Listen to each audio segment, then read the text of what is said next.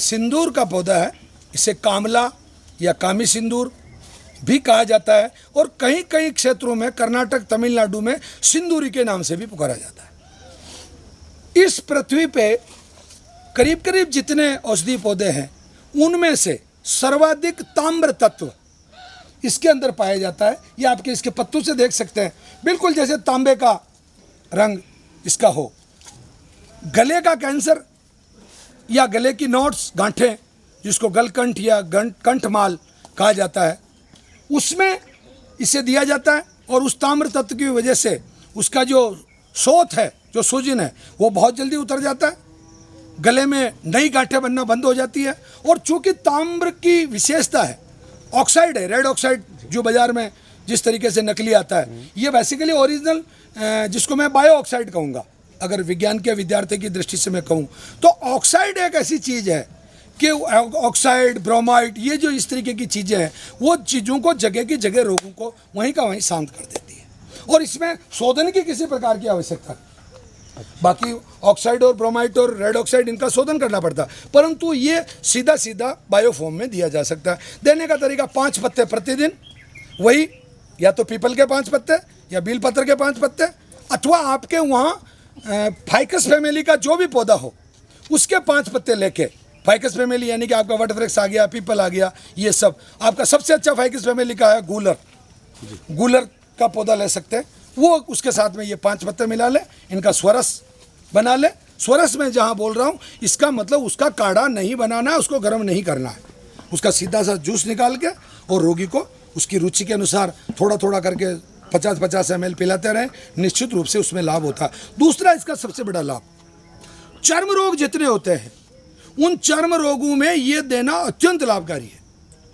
और तीसरा, सिंदूर का जो अगर ज्योतिषीय दृष्टि से या वैदिक दृष्टि से अगर मैं बात करूं तो इस पौधे का, बेलपत्र का, कल्प वृक्ष का, पीपल का, तुलसी का जितना महत्व है, यानी कि मैं यूँ कहूँ कि श्रेष्ठ 11 पौधों में ये भी होता है, क्योंकि ये भी तिलक वृक्ष है। इसका जब नए फुटान जब आती है तो ये ऊपर का जो पत्ता होता है वो बिल्कुल पीले रंग, उस समय लाल रंग में या केसरी रंग में आता है, तो ये भी एक तिलक वृक्षों की श्रेणी में है।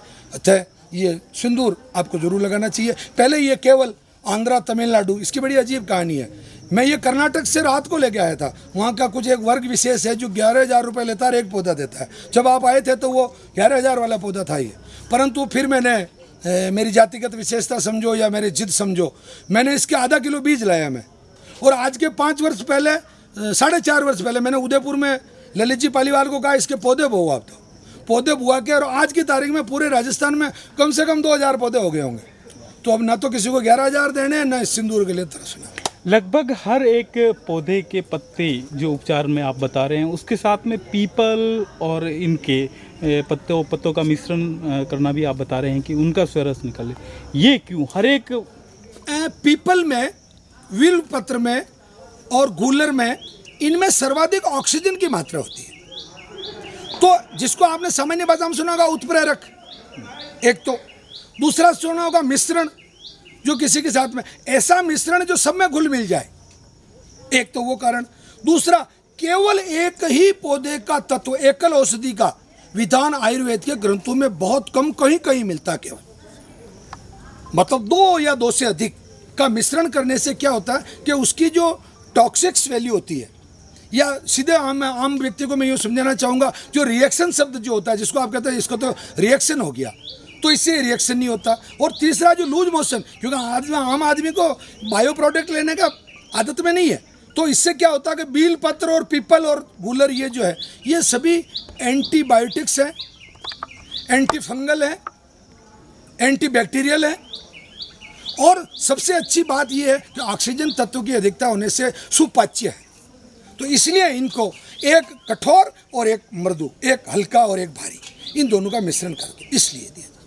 सीता अशोक का पहला पत्ता लाल आएगा यानी कि रक्त प्रदर, फिर पत्ता सफ़ेद होगा यानी कि श्वेत प्रदर, और फिर पत्ता हरा होगा यानी कि स्वास्थ्य। अशोका रिष्ट इसी का बनती है। बिल्कुल सही। और ये अवसर देखने का बहुत कम मिलता, क्योंकि ये कब पत्ता खिले, कब लाल हो, कब सफ़ेद हो, तो ये एक तो ये सबसे शुभ अवसर है। ये अपने यहाँ जर्मिनेट नहीं होता है, केवल श्रीलंका और तमिलनाडु और कुछ हिस्सा केरला का जहाँ इसका अंकुरित होता है इसके बीज, परंतु इसके पुष्प बहुत प्यारा पुष्प आता है।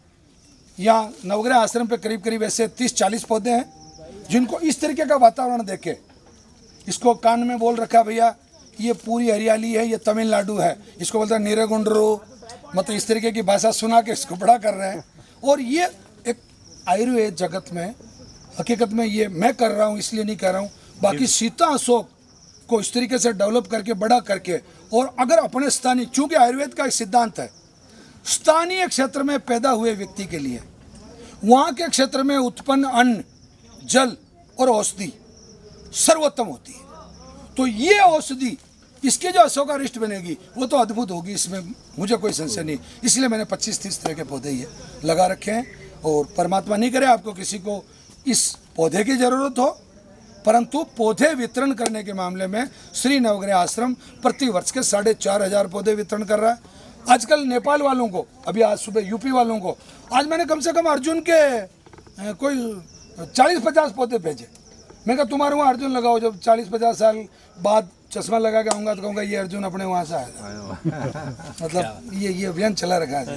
ये है कपूर तुलसी, यानी कि कपूर के गुणों को, कपूर के स्वाद को साथ साथ धारित करते हुए तुलसी के गुण भी इसमें पूरे पूरे, यानी कि श्याम तुलसी, राम तुलसी के बारे में आप लोगों ने सामान्यतः सुना होगा, परंतु कपूर के स्वाद को, अब कपूर जो आयुर्वेद में जो लोगों के लिए काम देता है, एक तो हल्का सा कहीं जाके तो पेन किलर का काम भी करता है, परंतु खास तौर से जो एसिडिटी, अल्सर या जलन का जो काम है ये काम ये तुलसी करती है। इसको चाय में डाल के भी आप उसकी चाय पी सकते हैं।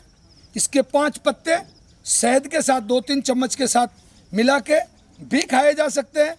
और मैं मेरी दृष्टि से कहता हूँ अगर आप जल के साथ में भी इसका कचरा करके और मुंह में थोड़ा पानी हो और उसके साथ में अगर ये खा लेते हैं तो भी आपको बिल्कुल जो अल्सर की जो जलन है या डकार आना या जो थोड़ा बहुत हल्का सा पाचन का काम भी, क्योंकि तुलसी में गुण है वो थोड़ा पाचन क्रिया को भी तेज करती है, तो ये आपके लिए बहुत ही लाभप्रद है।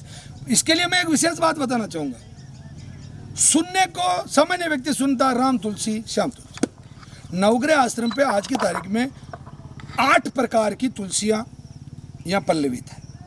ये कहाँ से आई? थी तो इस धरती पे ही। मैं सभी लोगों को एक निवेदन करना चाहता हूँ, जहाँ पौधा मिले, जहाँ प्रकार मिले, जहाँ प्रजाति मिले, कृपया अपनी जाति को भूलो और प्रजाति को अपनाओ। श्रेष्ठ मित्र तभी हो सकते हो जब श्रेष्ठ वृक्ष मित्र बनाओ।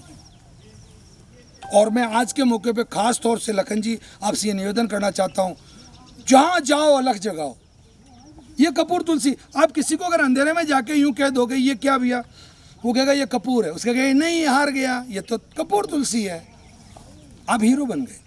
यानी कि आपने 2 काम एक साथ किए, आपने औषधि का परिचय दिया, आपने पौधे के प्रति जिज्ञासा प्रकट की, और अभी मैं मेरे बागवान से इनके वो पौधे तैयार करवा रहा हूँ। हाँ, इसके मतलब अभी जो मेरे बागवान को मैंने कल ही कहा था आनंद जी को, मैंने कहा यार आनंद जी, आजकल आनंद जी यहाँ है जो सोपुन में थे, तो अब वो इसके पौधे तैयार करेंगे। इस चैनल को आप सब्सक्राइब कर लीजिए और बेल आइकन को दबा दीजिए ताकि हम जैसे ही कोई नया वीडियो अपलोड करेंगे उसका नोटिफिकेशन आपको तुरंत मिल जाएगा।